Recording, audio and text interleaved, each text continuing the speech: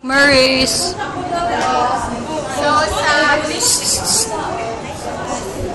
Sa McMurray's kay ang McMurray's guys, tanawan nyo. ang atong itas ani kay ang medial lemniscus o lateral lemniscus. So ang patient kay nakasupine then ang leg ang imong itas nga side kay fully flexed siya fully flexed o niya ang heel niya kay if as much as possible kay mo reach sa bottom. So kuan for medial lemniscus imo siyang lateral lemniscus imong internally rotate while extending. So if na siya snap or click accompanied by pain kay positive na siya for loose fragment of the lateral lemniscus. Loose fragment of lateral lemniscus. So if internal rotation galing kay lateral lemniscus ang itas, while if external rotation or lateral rotation external rotation of kay medial lemniscus. So opposite siya kung pag-awas kay medial ang ang test niya if pasod kay lateral lemniscus. Extend gyapon basta sa medial. Internal rotate while extending. If na pain or while extending when na snap or click sa knee, kay positive siya for loose fragment in lateral or medial lemniscus. Depende if asa na yung rotation.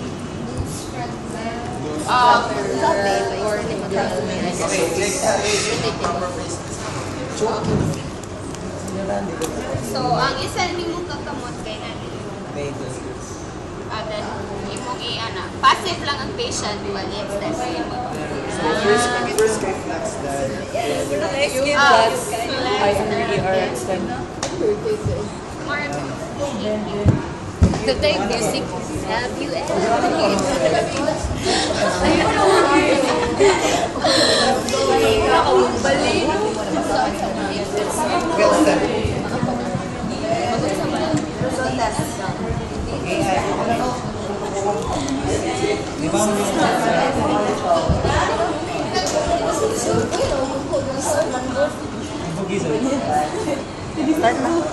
So guys, money Wilson test. So Wilson test ang imong gi-check kay ang ang osteochondritis dissecans. Nana siya sa imong femoral condyles. Medial lateral. Ano to? Osteochondritis. Lateral ay medial. Dissecans. Osteochondritis, medial lateral. Medial. Medial.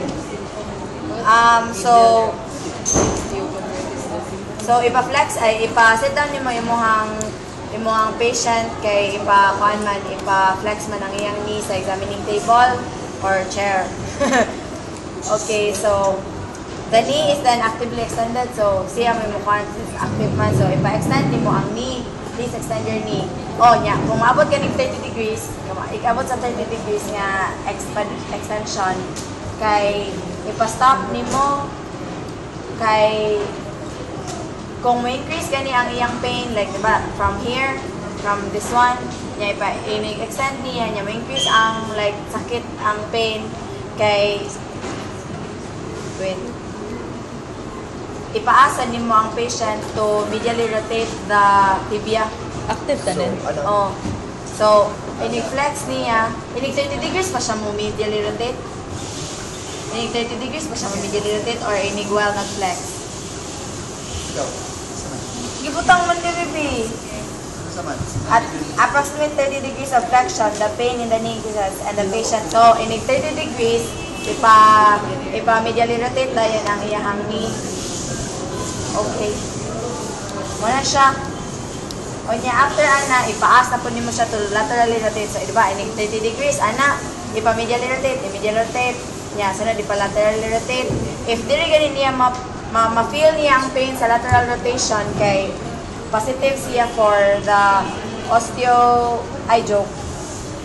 If mawa na day ang pain,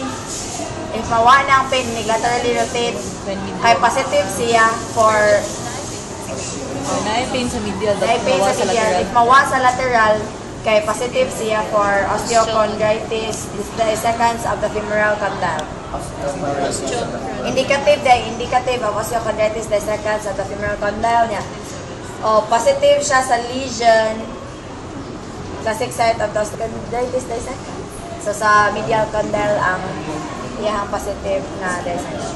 Third question, di ba, nagka-extend niya, ikaw rin mo, example, i-extend Hindi, siya rin mo rotate. So, ala. Monitor ka niya. Okay, ma'am. Please extend your knee until 30 degrees. Okay, go. Medially rotate. Laterally rotate. Oh, nawa ang pain. So, muna na siya. Sa may Positive. rasyonalya na, ano nawawan yung pain? Ang hangkay naman sa lateral. Ay, wala may dissecant sa lateral. Joke. So, man. Nagtago mo man yung medial femoral condyle o medial, no? Medial. Nagtago sa medial. Laterally rotate. Nawa naman ang dissecant. Ano sikas na Japon? Pero nikanan niyo, natagpo siya na relax. O, nawa. bangga. Hindi magbangga, hindi masakit.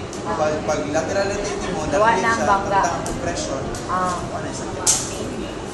So, indicative of osteochondritis dissecans, then positive for the, pala siya. Itong mga dissecans na nasa medial condyle. i-post na ba That's it. FBI? Oo, man. Kinesiology ka. Last na. That's